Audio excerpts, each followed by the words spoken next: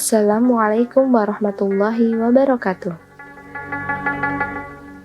Muhammad teladanku menjadi Rasul.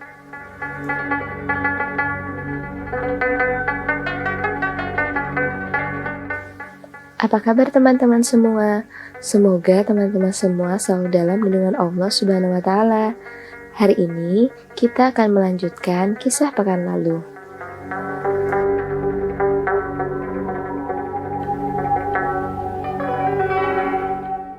Sebelum kita mulai, marilah kita mengucap basmalah bersama-sama. Bismillahirrahmanirrahim.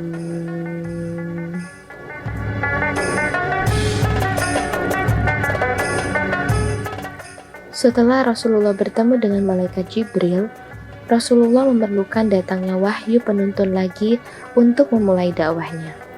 Namun, wahyu yang dinanti Rasulullah ternyata tidak juga turun. Jibril tidak pernah datang lagi untuk waktu yang lama. Rasulullah merasa amat terasing, rasa takutnya kembali muncul. Beliau takut jika Allah telah melupakan, bahkan tidak menyukainya. Rasulullah kembali pergi ke bukit dan menyendiri lagi di Gua Hiro. Ingin rasanya beliau membimbing tinggi dengan penuh jiwa menghadap Allah dan bertanya mengapa dirinya seolah ditinggalkan. Apa gunanya hidup ini kalau harapan besar Rasulullah untuk menuntun umat ini ternyata menjadi kering? Teman-teman, saat itu Rasulullah benar-benar hampir putus asa.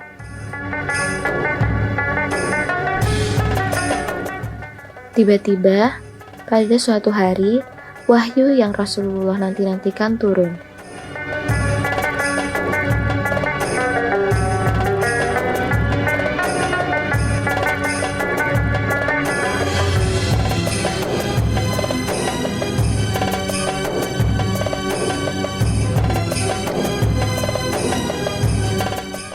Demi waktu duha, ketika matahari naik sepenggala, dan demi malam apabila telah sunyi.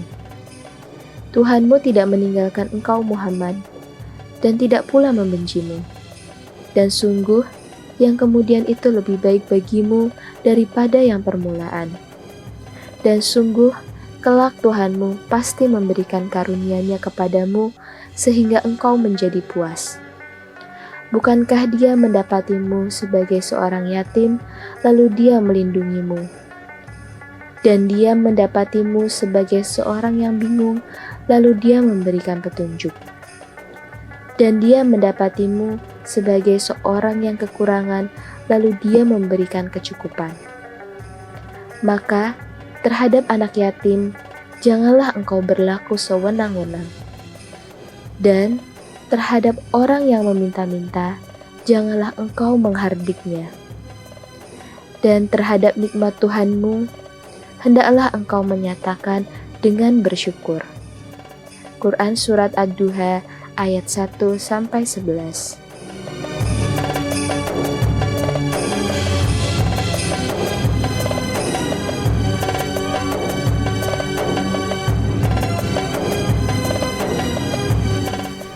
Teman-teman, rasa cemas dan takut di hati Rasulullah kini sudah hilang.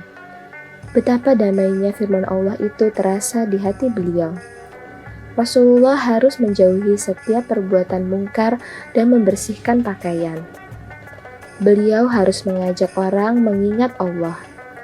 Beliau harus tabah menghadapi gangguan, tidak boleh menolak orang yang meminta bantuan, dan berlaku lemah lembut kepada anak yatim. Teman-teman, lalu Allah mengajarkan Rasulullah ibadah yang pertama. Nah teman-teman, apakah ibadah yang pertama dilakukan oleh Rasulullah?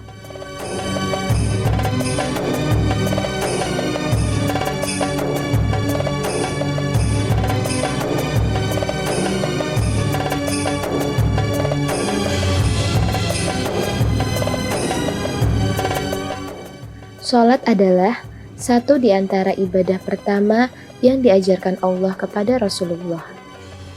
Suatu saat, ketika Rasulullah dan Bunda Khadijah sedang melaksanakan sholat, datanglah Ali bin Abu Thalib. Ali yang saat itu masih anak-anak tertegun melihat Rasulullah dan Bunda Khadijah ruku, sujud, serta membaca ayat-ayat Al-Quran. "Kepada siapa kalian sujud?" tanya Ali ketika Rasulullah dan Bunda Khadijah selesai sholat. "Kami sujud kepada Allah," jawab Rasulullah. "Allah telah mengutusku dan memerintahkan aku mengajak manusia menyembah Allah."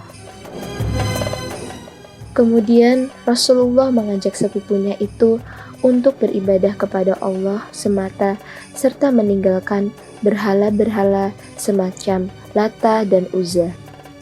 Rasulullah pun membacakan beberapa ayat Al-Quran yang membuat Ali bin Abi Thalib terpesona karena ayat-ayat itu demikian indah.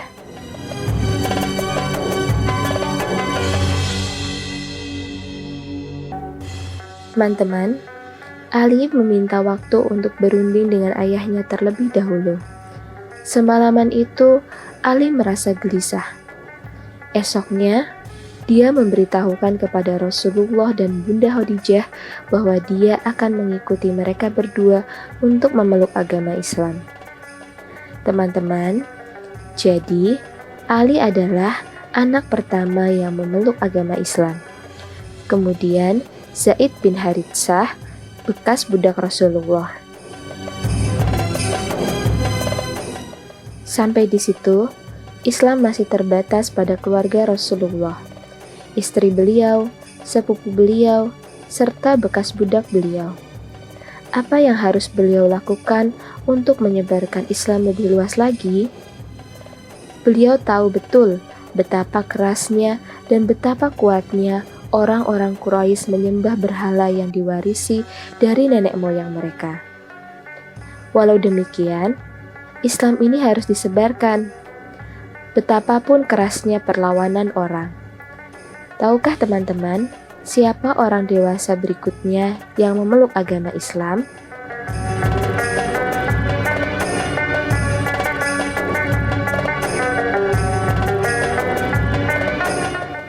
Beliau adalah Abu Bakar bin Abu Quhafa dari kabilah Bani Taim. Beliau adalah teman akrab Rasulullah sejak zaman sebelum Islam. Rasulullah amat menyukai sahabatnya itu, karena Abu Bakar adalah orang yang bersih, jujur, dan dapat dipercaya. Suatu hari, Abu Bakar mendengar desas-desus tentang Rasulullah. Beliau segera keluar mencari sahabatnya itu. Ketika mereka bertemu, Abu Bakar bertanya kepada Rasulullah, "Wahai Abu Qasim," salah satu panggilan Rasulullah, "ada apa denganmu? Kini engkau tidak lagi terlihat di majelis kaummu dan kudengar orang-orang menuduh bahwa engkau telah berkata buruk tentang nenek moyangmu, dan masih banyak lagi yang mereka katakan." "Sesungguhnya aku adalah utusan Allah," sabda Rasulullah. "Allah mengutusku untuk menyampaikan risalahnya. Sekarang aku mengajak kamu kepada agama Allah dengan keyakinan yang benar. Demi Allah, sesungguhnya apa yang kusampaikan adalah kebenaran. Wahai Abu Bakar, aku mengajak kamu untuk menyembah Allah yang Maha Esa, yang tidak ada sekutu baginya, dan janganlah menyembah kepada selainnya, dan untuk selamanya kamu taat kepadanya." Teman-teman, Rasulullah memperdengarkan beberapa ayat Al-Quran. Selesai Rasulullah bicara, Abu Bakar langsung memeluk agama Islam. Melihat keislaman sahabatnya itu, Rasulullah amat gembira. Tidak seorang pun yang ada di antara dua gunung di Mekah yang kegembiraannya melebihi kegembiraan Rasulullah saat itu.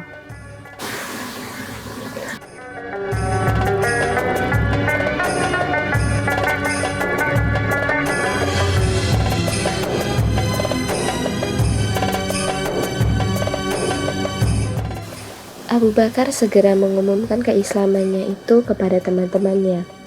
Beliau juga mengajak mereka mengikuti Rasulullah. Dalam waktu singkat, Utsman bin Affan, Thalhah bin Ubaidillah, Zubair bin Awam, dan Sa'ad bin Abi Waqqas memeluk agama Islam. Bagaimana kisah Utsman bin Affan masuk Islam?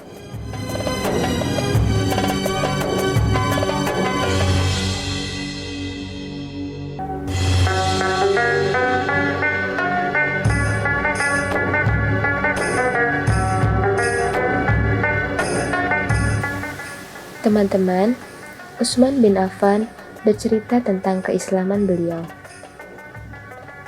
Aku datang kepada bibiku yang bernama Urwah binti Abdul Muthalib untuk melayatnya karena ia sakit.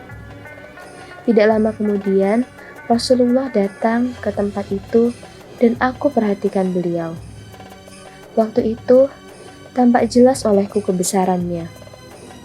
Beliau pun menghampiriku dan berkata, "Wahai Utsman, mengapa engkau memperhatikan aku begitu rupa?"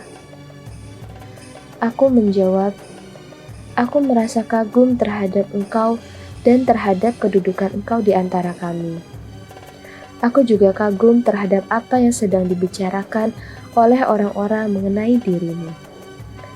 Kemudian Utsman melanjutkan, "Kemudian Rasulullah mengucapkan kalimat, 'La ilaha illallah.'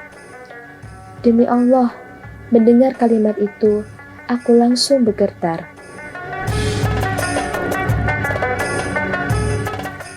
Dan di langit terdapat sebab-sebab rezekimu dan apa yang dijanjikan kepadamu.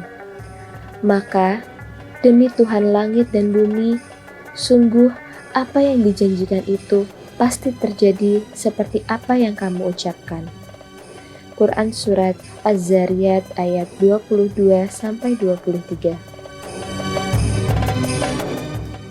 Nah teman-teman, akhirnya Utsman bin Affan pun memeluk agama Islam. Teman-teman, sampai di sini dulu kisah pekan ini. Semoga bermanfaat. Assalamualaikum warahmatullahi wabarakatuh.